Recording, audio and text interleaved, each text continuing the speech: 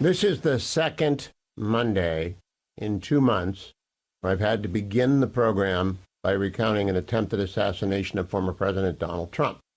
There have not been two assassination attempts on a president or former president since Gerald Ford in 1975, and there's been nothing like the atmosphere around them since 1968, when, of course, Robert Kennedy was murdered and Martin Luther King was murdered.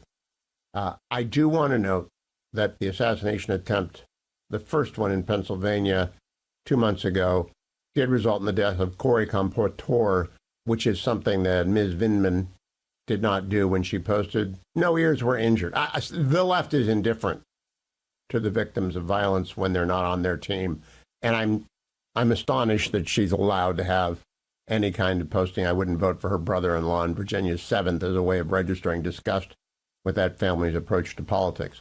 But here's the main point.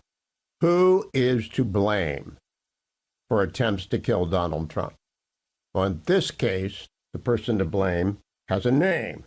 His name is Ryan Wesley Routh, R-O-U-T-H. Ryan Wesley Routh is the latest iteration of James Hodgkinson. Remember that name? 66-year-old James Hodgkinson shot up the Republican congressional baseball field 7 years ago in June of 2017. He's the latest iteration of Lee Harvey Oswald. He's the latest iteration of Squeaky Fromm, really, because Squeaky Fromm shot at Gerald Ford, as did Sarah. I can't remember Sarah's last name off the top of my head. They didn't succeed, but Ryan Wesley Routh is to blame. There is no one else to blame.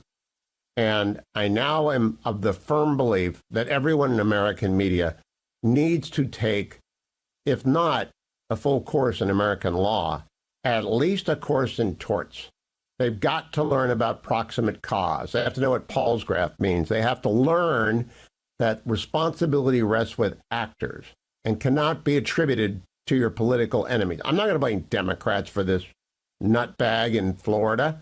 I'm not going to blame Bernie Sanders supporter, the guy that almost killed half the Senate and the House on the baseball field. I think he fired 60 rounds 7 years ago.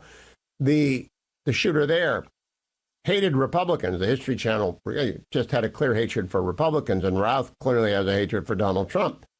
And I am not going to blame either. There is no blame for anyone who is not causally connected, the proximate cause of the act.